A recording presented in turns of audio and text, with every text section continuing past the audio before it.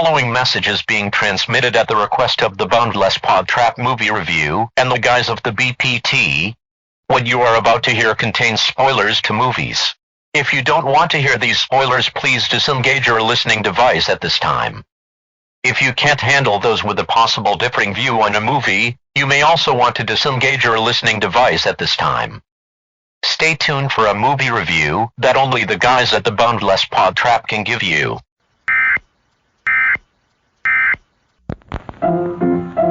Let's all go to the lobby. Let's all go to the lobby. Let's all go to the lobby to get ourselves a treat.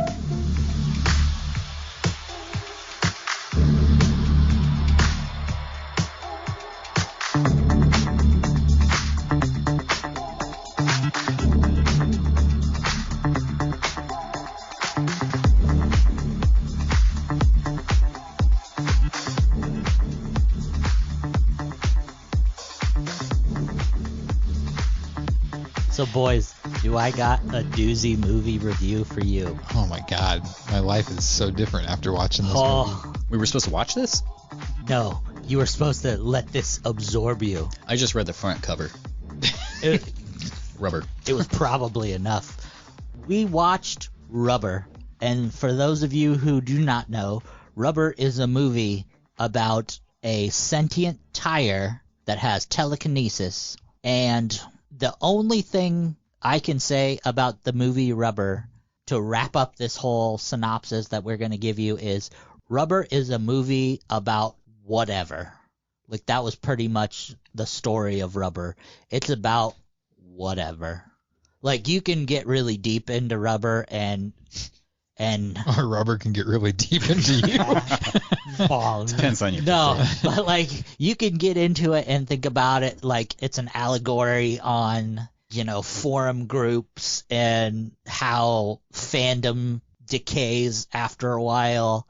But really, it's a mind fuck. Like, they gave a director, like, here's some acid and $50, make a movie. Right. And they made Rubber. It's a very experimental movie that's very avant-garde. It starts off with like a no-reason monologue, which kind of prefaces the entire movie, and it's an excellent preface to it. But we look at it differently. You didn't like it? Go ahead. You can go ahead. What I really like about this, like starting off, is like it's artistic, and then I don't know if it's just me analyzing things and taking more out of it, because I feel like it circles back on itself. So it could be way more than what it actually was, or it can be simply nothing, pretty much what it was implying. It was actually implying kind of both things, in a sense, I thought. I didn't like how it started off with this police officer basically looking into the camera to the audience, telling them this is a movie about nothing. It's just like, gives off all these examples of like, this happened in this movie. Why? For no reason. For no reason. I think that was the writer-director's way of knowing that they had a movie that they didn't know how the fans were going to react to it. And by saying that, it was their way of covering their tracks. So if it was a bad movie that didn't make sense, then that would be like, well, we said at the beginning it's a movie about nothing type of thing. Whereas they could have let the audience discover that on their own, that it was a movie about nothing. Like, I give Napoleon Dynamite as an example. That was a very random movie, and a lot of things in it didn't make sense, but they didn't come out at the beginning and say that. They just let the fans... I think either way it kind of adds to the hilarity of it. Well, I mean, that whole scene in general, like the pulling up of the car and the hitting the chairs, it was such an asinine start even before the monologue. You're like, what am I getting myself into? And the glass of water he was holding, that's like, what's the water gonna do? And that almost seemed post-shot, like that had nothing to do with the movie so much, to the point where maybe that was after the movie was shot and they were doing reshoots. They're like, maybe we should shoot this as a kind of a quote-unquote MacGuffin to the movie, to, oh, this movie doesn't make sense, maybe we should put this at the beginning of the movie to kind of cover our tracks, kind of like you were saying. I like how it also kind of pulls you as the spectator and it puts you in a position that's in the movie as the audience, because there is an audience that pretty much watches the situation. So the cop is pretty much addressing you and addressing the position of where the spectators are. Which is another thing I didn't really care for. One or the other. Either you're talking directly to the camera, to me, the viewer at home, or you're talking to these actors and actresses that are the spectators, the viewers. Well, you are them. Not both at like different times. Like I just... You have no appreciation for art. I do, but it's just, I don't know. I didn't, it didn't start out good for me. I thought so. Because it immediately takes shots at itself. Because there's a kid he's like, oh, this is boring. Right. And so like, as the audience, yeah, you kind of agree. He is your voice. They are your voice. And going through this, I kind of parallel with what they're thinking, feeling. Yeah, I watched it this time around, and I've seen it previous to this reviewing of it. And the first time I watched it, I just watched it with the eyes of, this movie is supposed to be crazy. I'm going to watch it and giggle. And that's what I did. It's like watching Eraserhead. Like, you don't watch Eraserhead with the eyes of that this movie is going to be great. No, you watch it with the fact that I don't do drugs, but this is the closest thing to what drugs are like. Yeah. For me, it's like, as much as I liked the movie, I don't recommend it. No, so absolutely not. Like, this is the movie someone's like, yeah, you're a film guy. What should I watch? I don't like you. Go watch Rubber. So you shouldn't watch it. Not that you shouldn't watch it, but I don't recommend it. But if you want to watch it. Like, just know I'm not. This is the movie you recommend to someone you don't want to ever ask you to recommend movies again. And the one thing too, not the one thing, the special effects were done well. But it was the same fucking special effect over and over of people's heads exploding or an animal exploding. Like, I thought this movie was going to be a lot different. I knew nothing about... Well, people know these are spoilers. I didn't look up anything about this movie. Just from what I was thinking the movie was going to be, it was not anywhere in the same vicinity as what I thought it was going to be. I thought this tire was going to be like, creative ways of like doing like a burnout on somebody's face with the rubber and like burning their face until it just like... What's wrong with you? Oh, Jesus. Why would you think that? Yeah, but it was just like the tire, and they shake the camera and make some weird noise, and then all of a sudden the person's head explodes. It's like, okay, after like the fifth time, I didn't really care for it. Well, there's only so much that a tire can do. I understand that. Like, should have been a short film. That's what this should have been. Lonnie is the only person within the three of us who's in us. No. Who has actually seen this. Me and Jeremy went into this blind. I'm with Jeremy. I didn't really research this. I always knew this was kind of like, I would kind of consider it cult classic at this point. There is a following. I do know people who have kind of recommended this or just threw it out there. But yeah, no, it starts off as like you get the beginning monologue, and then it kind of goes into, well, the audience pretty much observes this tire, and this tire begins to move in the little dirt where it's stuck at. So it's kind of beautifully shot. Yeah, I will give them that. It's learning to move. It's learning to crawl, walk, run, whatever if you will. You believe it. Yeah. It's like, oh, it's starting to move by itself. It incrementally crushes small objects as it gets, and then bigger objects. So like a little can or plastic bottle or whatever, and it tries for a glass bottle, and what was it, a scorpion? It realizes that the glass is a little bit harder, more durable than plastic or it earns aluminum. Experience points. But that's when it learns it has telekinetic powers. Yeah. It's like, holy shit.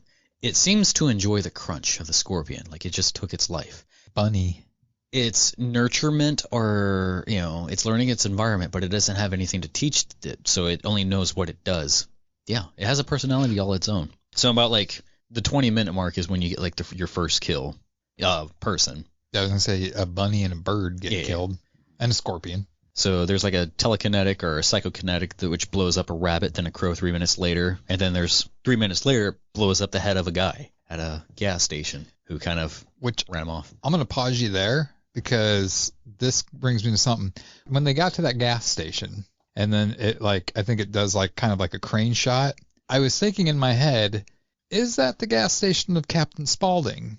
Then the tire goes to a hotel, a teal color hotel. The hotel. It is the hotel from Devil's Rejects. Is it? It's 100% that hotel from Devil's Rejects.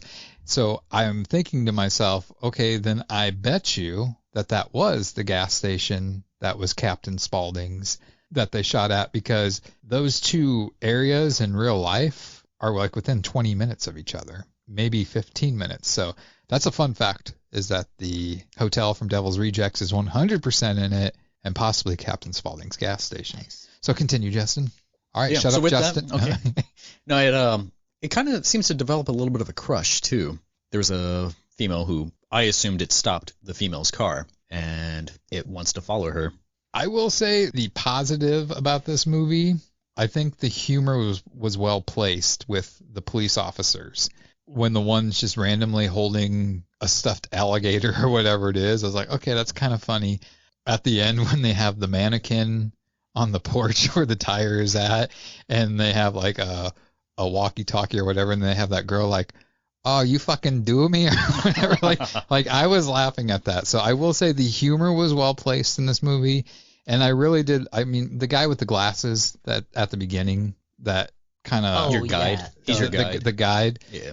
I didn't care for him at first, but when he left the hotel and he has this bike, and then he shows up carrying the bike, like, okay, why would you be carrying the bike? Didn't you just ride it? But when it's him and just that guy in the wheelchair, he's eating everything, and I think that was some of the most brilliant acting by somebody in a movie in a long time. Like in a movie like this, his timing was perfect, and just his mannerisms and stuff, it felt real. Yeah, he had some off quirk type of. Right. Like I felt like he was really finally opening up to this guy and stuff. But so that would be the positives from this movie. Right. But as for like a horror type movie, I don't know. Bringing it back towards the beginning, after it starts following this girl, like the girl goes into the hotel, motel, whatever you want to call it, and she goes to take a shower, but she leaves the entrance door open. And I was like, who leaves a door open right before you're just gonna hop into a shower? And then the tire enters. Your significant other's mother. This is true. Wow.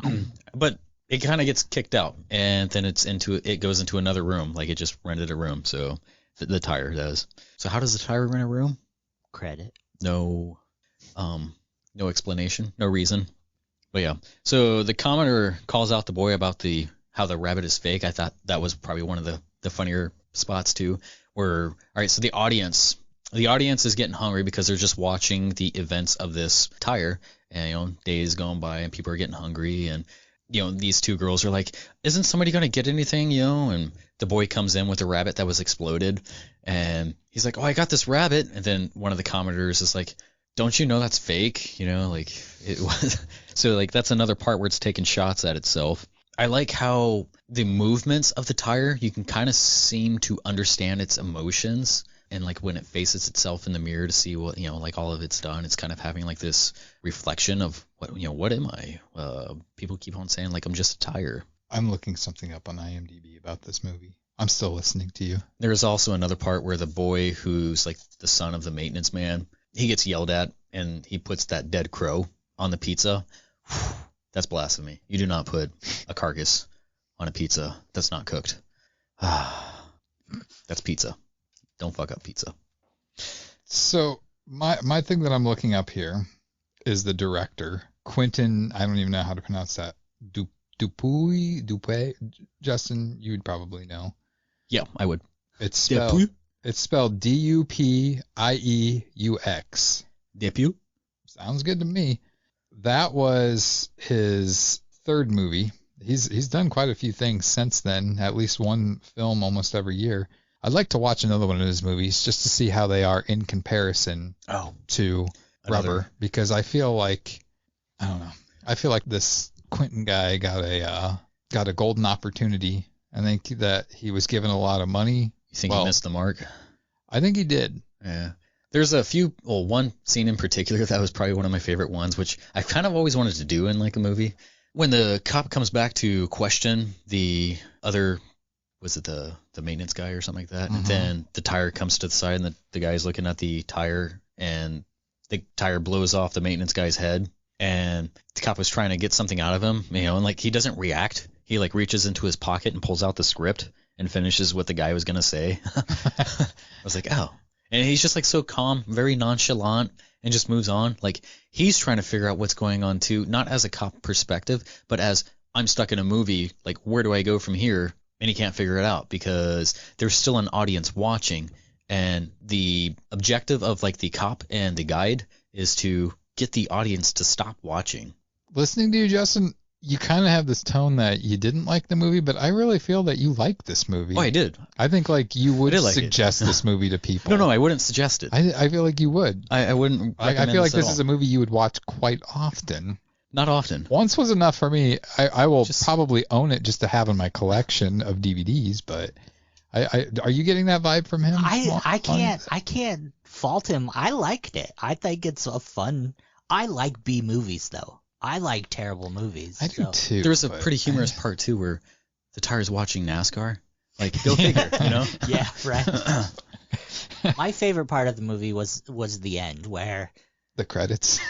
No, when they try to blow up the mannequin head and it doesn't go off, and the cop goes in the house and shoots and kills the tire, and the guy in the wheelchair is just sitting outside, and he just walks up and throws the tire carcass on his lap.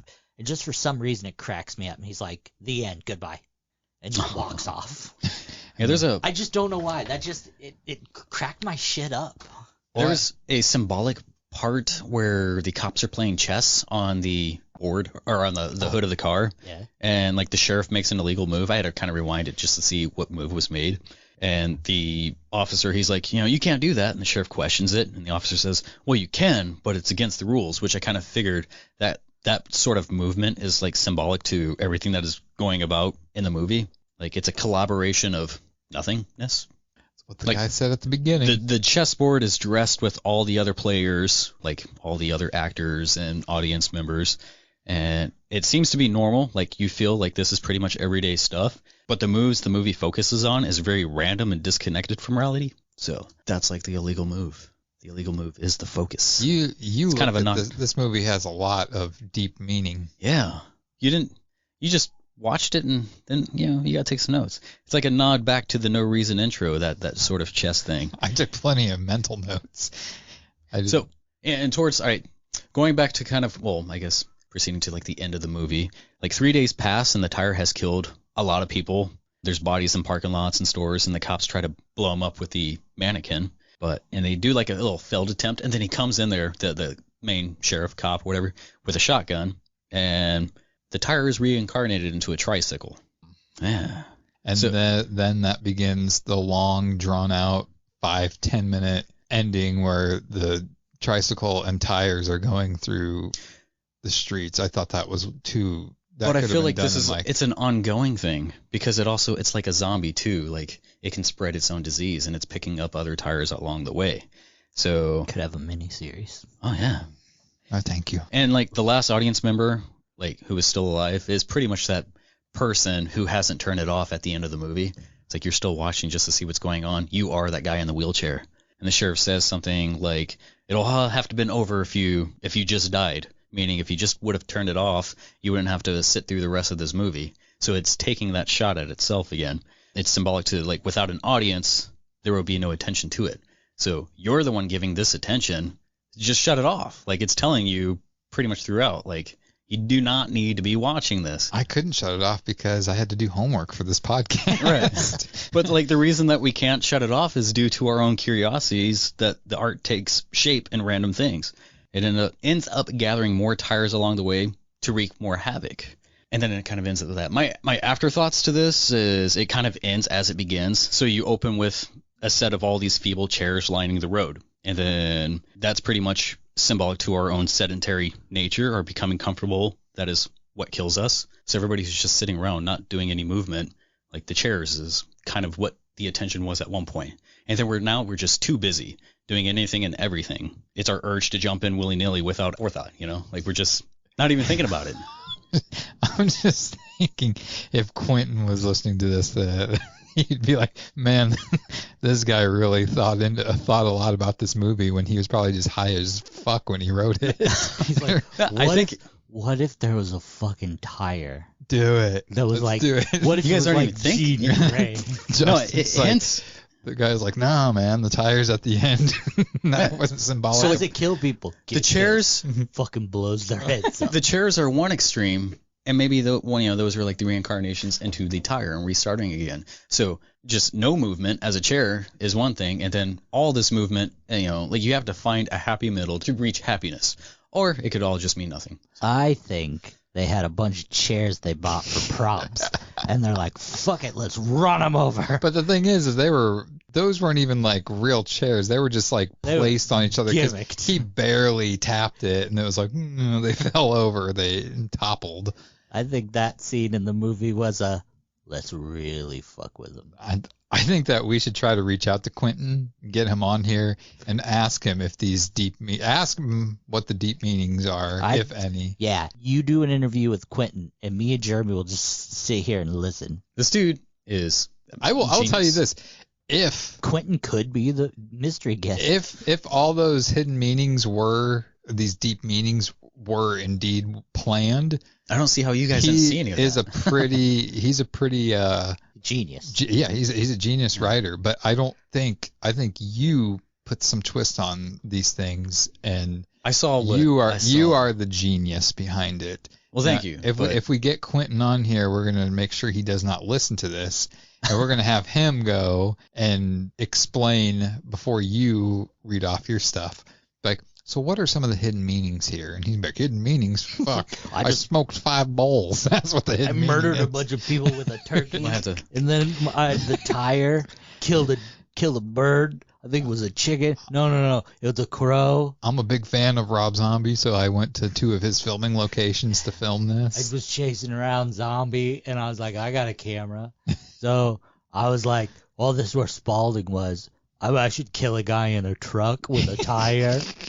How you gonna run him over? No, I'm gonna blow up his head. The script came about when Quentin was sitting in a tire on a camping trip, now high as shit, and he's like, I want this tire to kill people. Now, speaking of the tire, some of the shots where they were chasing the tire as it was rolling, that was beautiful. How did they get the tire to roll like that, mechanics wise? There had to have been some kind of remote control type car. That's the only thing I could think of is remote. Because, you're not seeing any green screen foot tracks or anything next to it. Yeah. Well, and that was just it. Me as a filmmaker at the beginning when the tire was waking up and stuff. I could see how to do that. I was like, okay, well, that was easy. They didn't show the top of the tire here, and they just, but there were certain shots where I'm like, shit, how did they do that? Right. And you could think maybe it was they'd roll it and then shoot and then roll it and shoot. But there were some long cuts of the tire rolling. Well, and it would even stop and turn a little bit and then go again. So that's why it's just go forward and then backwards. Right. Yeah. Which was kind of confusing to me at first, is because it went one way and then went backwards. It didn't turn. But at the end of the movie, it knew it had to go a certain way. It would turn all the way to the side and then go that way. Right. So it had a dominant face. Yeah. So this movie was deep. Am I right? Maybe. You made it deep, tire. But I want to see if anybody else. Did you come up with all that stuff on your own, or did you read other That's reviews? All. I make notes as I was watching it. I did too. These are my notes. You already said everything. Nothing. One of my notes had some well-placed humor, especially with all the cops. That's one of my notes. That's how deep into thought I was with it. And then one of them was about, hey, I think that was the Captain Spaulding garage, and I know. Very deep movie. I don't recommend it, but yeah. You fucking love it. You have a poster. No. You ordered a poster of it off of Amazon. It's on its way. He's got a rubber onesie. Literally just the tire. I bought custom tires for Oh, that was an interesting movie, I will say. I don't hate it, but yeah. Probably won't ever watch it again. You got the next one. What are you thinking? So, this is a movie I haven't seen, and this would force me to see it. I get the same vibe from this movie as I did about Rubber. Are you thinking of it? Thinking about doing it? You just said you haven't seen it. I'm just telling you right now, if you guys choose it, the remake of it, I'm not watching it. The first one or second? If it's the original one with Tim Curry, I'll watch that all day long. But if it's the remakes, Tim Curry sucked. You guys pick those. That's wow. You better have that be an episode where I'm gonna be silent that whole thing. No, I'm thinking, and I don't want to do another movie review for our next one next week because we have a guest. It's not for sure. Hobo with a Shotgun. Oh, I wanted to see that. I haven't seen it, and I really want to see it, but I hope I'm not as disappointed in it as I was with Rubber. All right, that was Rubber, the movie about whatever. Changed my life. Yeah. fantastic for the better. movie, I don't know. Maybe. Maybe.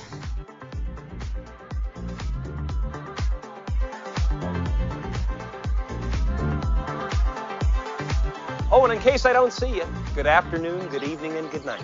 This concludes our broadcast day. Click.